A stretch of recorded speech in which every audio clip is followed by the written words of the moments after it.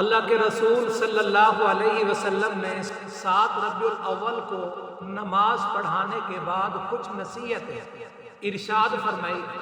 ان میں سے ایک نصیحت یہ تھی کہ اسامہ یہ لشکر لے جا، فلسطین کی طرف پیش قدمی کرو۔ ابو بکر صدیق رضی اللہ تعالی عنہ پہ نظر پڑی تو فرمایا جس کسی کے مجھ پر احسانات تھے میں نے اتار دیے الا ابا بکر، ابو بکر کے احسانات میں نہیں اتار سکتا۔ پھر آقا صلی اللہ علیہ وسلم نے فرمایا لعن اللہ الیہود والنصارى اتخذوا قبور انبیائہم مساجدا، اللہ لعنت کرے یہودیوں پر اور نصرانیوں پر جنہوں نے اپنے اپنے نبیوں کی قبروں کو سجدہ گاہ بنا دیا، اپنے اپنے نبیوں کی قبروں پر سجدہ کیا۔ اللہ کے نبی نبیوں کے قبروں پر سجدہ کرنے والوں پر لعنت کر رہے ہیں۔ جب نبی کی قبر پر سجدہ روا اور جائز نہیں ہے تو پھر پیر اور کسی اور کی قبر پر سجدہ کرنا اور وہاں جھکنا یہ کہاں سے جائز ہوگا؟ اس کا تذکرہ میں گزشتہ درس میں کر چکا ہوں۔ پھر آقا صلی اللہ علیہ وسلم گھر تشریف لے گئے، آپ کو اپنی پھوپھی نظر آئی۔ آقا صلی اللہ علیہ وسلم نے فرمایا یا زبیر ابن عوام عمت رسول اللہ، اے محمد کی پھوپھی جان۔ اور فاطمہ پہ بھی نظر پڑی، فاطمہ کو بھی مخاطب فرمایا۔ صحیح بخاری میں، سیاستہ کی کتابوں میں، دیگر کئی کتب احادیث میں 1 2 نہیں 20 کتب احادیث اور تفاسیر میں یہ روایت موجود ہے۔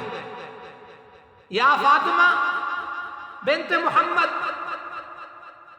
اے محمد کی بیٹی فاطمہ، اشتریا انفسکما من اللہ لا املک لکما من اللہ شیئا،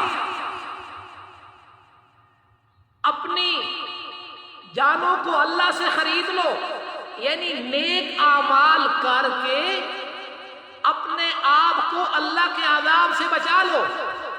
محدثین اشتریا انفسکما یا اشتروا انفسکما کی تشریح کرتے ہیں ای من عذابہ، اپنے آپ کو اللہ کے عذاب سے بچا لو۔ نیک اعمال کر کے جاؤ گی تو وہاں کامیابی اور نجات ملے گی، لیکن ایسا نہ سمجھنا کہ کل میں تمہیں کوئی نفع پہنچاؤں گا، اگر اپنی بخشش کا سامان بنا کے نہیں گئی تو میں محمد بھی تمہیں نہیں چھڑا سکوں گا۔ اور اسی حدیث میں فرمایا سلانی من مالی ما شئتما، دنیا کی کوئی چیز مانگنی ہے، دنیا کا مال مانگنا ہے تو باپ ہونے کے ناطے، بھتیجے ہونے کے ناطے میں تمہیں دے سکتا ہوں، لیکن نجات کا دار و مدار اعمال پہ ہوگا۔ اور امام رازی رحمت اللہ علیہ روایت لکھی ہے یا صفیہ تو عمت رسول اللہ یا فاطمہ تو بنت محمد ایتونی یوم القیامت باعمالکم، قیامت کے دن اپنے اعمال لے کے آنا، وہاں اعمال کام آئیں گے، ولا بانسابکم، وہاں نسب کام نہیں آئے گا۔